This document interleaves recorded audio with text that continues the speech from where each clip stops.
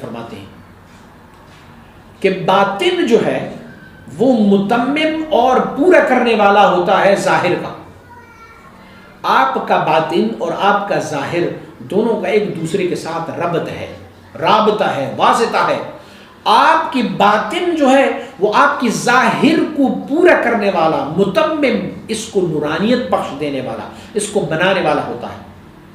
پہلے شریعت مطہرہ کی امور کو آپ انجام نہیں دے رہے تھے. جب آپ کا باطن اللہ رب العزت کی ذکر پر ذاکر ہوا اور جب باطنی کمالات آپ کو ملنے شروع ہوئے تو آپ کا ظاہری جسم جو ہے وہ بھی شریعت غراء محمدی صلی اللہ علیہ وسلم پر متحلا اور متزین ہو جاتا ہے. اور آپ مبارک فرماتے ہیں سری موئی بایک دیگر مخالفت نہ دارد. فرماتے آپ کے باطن اور آپ کا ظاہر, اللہ والوں کے باطن اور اللہ والوں کے ظاہر جو ہے وہ ایک بال برابر بھی ایک دوسرے سے مخالفت نہیں رکھتے. جو باطن میں ہے وہی ظاہر میں ہوگا, جو ظاہر میں ہے وہی باطن میں ہوگا. منافقین کے علامات تو معلوم ہے کہ منافق وہ ہے جو کہتے زبان سے کچھ ہے اور اندر دل میں کچھ ہوتا ہے.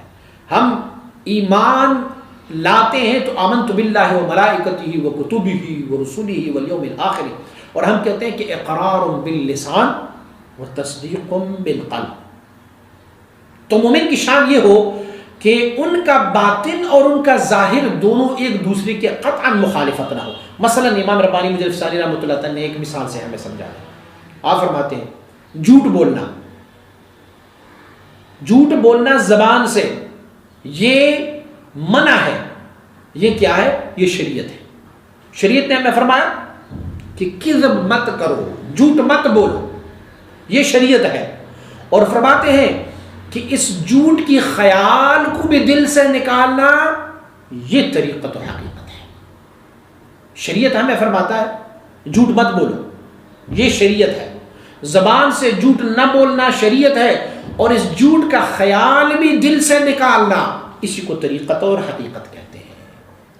تو گویا وہاں بھی آپ اپنی باطن سے جھوٹ کے خیال کو بھی نکال لیتے ہیں, اور یہاں ظاہراً آپ جھوٹ کو زبان پر بھی نہیں لاتے. تو اللہ کے بندے ایسے ہوتے ہیں جن کا ظاہر اور باطن ایک دوسرے سے قطعاً مخالفت نہیں کر سکتا, وہ دونوں موافق ہی رہتے ہیں. جھوٹ کا خیال بھی دل سے نکالنا اور زبان سے بھی جھوٹ نہ بولنا, یہی شریعت و طریقت و حقیقت ہے. ہاں, صرف زبان سے جھوٹ نہ بولا جائے اور دل میں جھوٹ کا خیال ہو, ان کا وسوسہ دل میں ہو کہ میں کبھی جھوٹ بولوں, لیکن زبان سے آپ نے نہیں بولا, یہ شریعت ہے. کیونکہ شریعت ظاہری امور کو فالو کرتا ہے, ظاہری چیزوں کو دیکھتا ہے. اور باطن کی طرف جب ہم دیتے ہیں تو باطن یہ ہے کہ آپ جھوٹ کا خیال اور تصور بھی اپنی ذہن سے نکال لو, تو یہ شریعت و حقیقت ہے. اچھا, اب جھوٹ کا خیال بھی دل سے نکالنا, سبحان اللہ, جھوٹ کا خیال بھی دل سے نکالنا یہ بھی دو قسم کا ہے. ایک یہ ہے کہ آپ اپنی کوشش سے, اپنی سٹرگل سے, اپنی محنت سے اپنی دل میں یہ بات سنبھالیں کہ میں دل میں بھی جھوٹ کا خیال نہیں لاؤں گا, اس کو کہتے ہیں طریقت.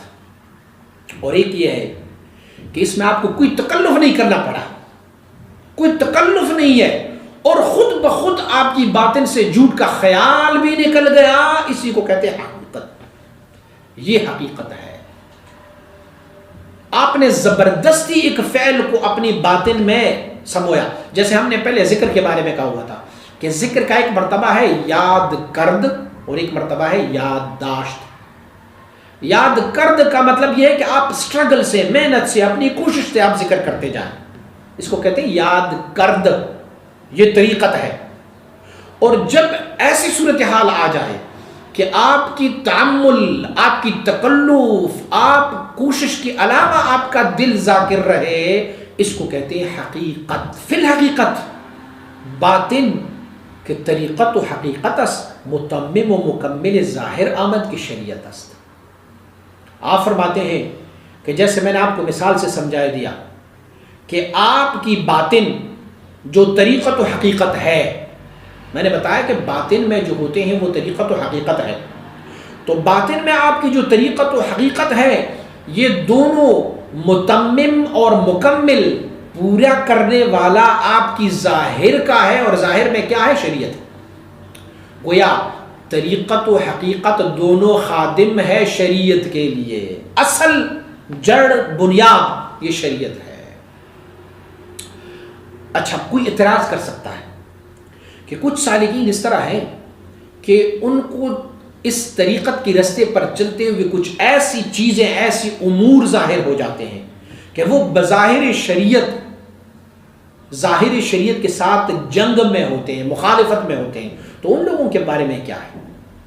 تو آپ مبارک جواب دیتے ہیں، فرماتے ہیں اگر اس طریقت کے رستے پر چلتے ہوئے کبھی کوئی ایسا کام صادر ہوا کہ جو ظاہر شریعت مطہرہ سے متصادم تھا، ان سے جنگ میں تھا، تو ہم کیا کہتے ہیں؟ ہم کہتے ہیں یہ سکر وقت ہے، یہ بندہ حالت سکر میں ہے، وہ غلبہ حال است، اور اس پر حال کا غلبہ ہوا ہے۔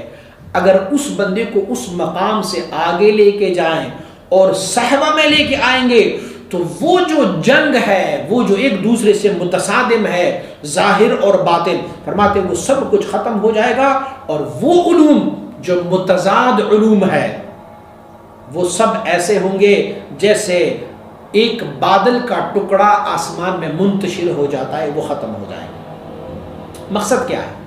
اگر کوئی سالک کشف دیکھیں، کوئی سالک اثناء طریقت میں کوئی اشارہ پائے، کوئی خواب نظر آئے، کوئی ایسے امور ان کو ظاہر ہو جائے جو ظاہر شریعت غراء محمدی سے متصادم ہو، تو ہم کیا کہیں گے؟ ہم کہیں گے اس بندے کو اب حالت سکر ہے، اگر ان کو توجہ کی جائے اور اسے اس مقام سے فوق مقام میں لے کے جائے اور حالت صحبہ میں لایا جائے تو وہ چیزیں جو ظاہری شریعت سے متصادم تھے وہ بالکل ختم ہو جائیں گے، اور ان کی ظاہر اور ان کا باطن ایک دوسرے کے ساتھ بالکل موافقت رہے گا۔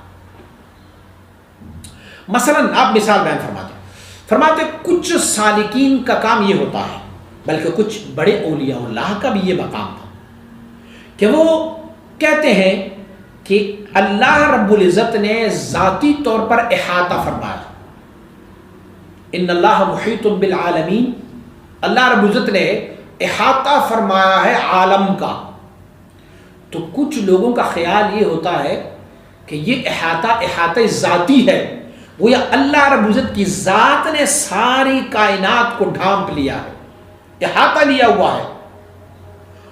اور وہ لوگ کہتے ہیں کہ اللہ رب العزت ان ساری چیزوں کا، اس پوری کائنات کا، اس پورے عالم کو اللہ رب العزت نے ڈھانپا ہوا ہے، محیط ہے، احاطہ بنایا ہوا ہے اللہ رب العزت۔ اور اس احاطے کو وہ لوگ احاطہ ذاتی کہتے ہیں، جبکہ امام ربانی مجدد افسانی رحمۃ اللہ تعالی فرماتے ہیں یہ قول علماء اہل سنت کی قول اور ظاہری شریعت سے متصادم ہے۔ ہم نے اگر کہہ دیا کہ اللہ کی ذات نے ان کائنات کا احاطہ فرمایا ہوا ہے تو ذات کے لیے ہم نے جسم ثابت کر لیا، ذات کے لیے ہم نے سائڈ اور طرف ثابت کر لیا، ذات کے لیے ہم نے مقام اور مکان ثابت کر لیا، جبکہ یہ ظاہر شریعت غراء محمدی سے متصادم ہے۔ تو ہم کیا کہیں گے؟ ہم کہیں گے کہ یہ لوگ حالت سکر میں ہیں، انہوں نے حالت سکر میں احاطے کو احاطہ ذاتی کہا ہوا ہے۔ ہم کہتے ہیں واللہ محیط بالعالمین سے مراد کیا ہے؟ اللہ کی علم نے احاطہ فرمایا ہوا ہے پوری کائنات کا۔ اب اگر ہم نے اس کی معنی یہ لیا کہ اللہ رب العزت کی ذات نے احاطہ فرمایا ہوا ہے تو العیاذ باللہ اللہ کے لیے جسم ثابت ہوا، اللہ کے لیے طرف ثابت ہوا، اللہ کے لیے مقام اور مکان ہم نے ثابت کر لیا، جبکہ اللہ ان ساری چیزوں سے منزہ اور پاک ہے۔ تو اس کی کیا معنی ہم لیں گے؟ ہم یہ معنی لیں گے کہ واللہ محیط بالعالمین سے مراد کیا ہے؟ اللہ کی علم نے احاطہ فرمایا ہوا ہے، کائنات میں کوئی چیز اللہ کے علم سے چھپی نہیں ہے، اللہ نے ساروں کا احاطہ فرمایا ہوا ہے۔ اب دیکھیں ان لوگوں کی قول جو حالت سکر میں تھے، ان کے قول کو ہم نے شریعت غراء محمدی کی چوکاٹ کے اندر لایا۔ ہم نے کہا انہوں نے جب یہ قول کیا ہے کہ اللہ رب العزت نے احاطہ ذاتی فرمایا ہوا ہے، وہ اس وقت غلبہ محبت میں تھے، وہ جوش میں تھے، وہ جذبے میں تھے، وہ حالت سکر میں تھے، اس لیے انہوں نے احاطہ ذاتی کا حکم کیا ہے۔ شریعت غرہ محمدی ہمیں فرما رہا ہوتا ہے کہ اللہ رب العزت نے احاطہ فرمایا ہوا ہے، لیکن یہ احاطہ جو ہے احاطہ علمی ہے۔ کائنات میں کوئی چیز بھی اللہ کے علم سے، اللہ سے چھپا ہوا نہیں ہے۔ فلہذا ہم نے ان کی اس قول کو شریعت غرہ محمدی صلی اللہ علیہ وسلم مبارک کے ساتھ موافق فرمایا۔ اچھا، ان لوگوں کا ایک نظریہ اور بھی ہے، وہ کہتے ہیں سریان۔ سریان کی معنی ہے سرایت، اندر گھسنا۔ میرے پاس ایک فوم ہو یا روئی ہو اور میں اس میں سے پانی ڈالوں تو وہ پانی کو اپنے اندر جذب کر لیتے ہیں، پانی اس میں سریان کر جاتا ہے، اندر دھس جاتا ہے، پانی اس کے اندر گھس جاتا ہے، اس کو کہتے ہیں سریان۔ تو غلبہ سکر والوں کا یہ قول یہ بھی ہے کہ اللہ رب العزت نے سریان فرمایا ہوا ہے ساری کائنات کی ہر چیز میں۔ دیوار میں بھی اللہ رب العزت نے سریان فرمایا ہوا ہے، آسمان میں بھی اللہ نے سریان، زمین میں بھی اللہ نے سریان فرمایا ہوا ہے، درختوں میں، حجر میں، شجر میں، بدر میں، تجھ میں، مجھ میں، اس میں، اس میں، ساروں میں۔ ہم کہتے ہیں سریان اللہ رب العزت ایسے نہیں فرماتا۔ اگر ہم نے کہہ دیا کہ اللہ نے سریان فرمایا ہوا ہے تو پھر اللہ رب العزت کے لیے ہم نے ایک جسم ثابت کر لیا۔ اللہ رب العزت کے لیے ہم نے اگر ایک بندہ یہ کہے کہ اللہ رب العزت نے اس دیوار میں سریان فرمایا ہوا ہے تو مراد اور مقصد یہ ہے کہ اللہ اس دیوار کے اندر ہے، رب کے لیے ہم نے مقام ثابت کر دیا۔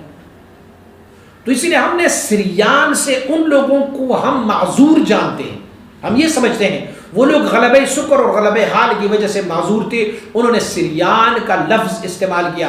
ہم کہتے ہیں اللہ رب العزت نے ہر چیز میں اپنی قدرت کاملہ کہ کوئی نہ کوئی جز اس میں سے شامل فرمایا ہوا ہے۔ اللہ رب العزت یہ جو چمک دمک ہے، یہ جو روشنیاں ہیں، یہ جو خوبصورتیاں ہیں، اللہ رب العزت کی اس صفت جمال سے لیے گئے ہیں۔ قوت و طاقت ہے، اللہ رب العزت کی صفت قوی سے لیا گیا ہے۔ اسی طرح کسی اور بندے میں شجاعت اور بہادری ہے تو اللہ رب العزت کی اس شجاعت و بہادری والے صفت سے لیا ہوا ہے۔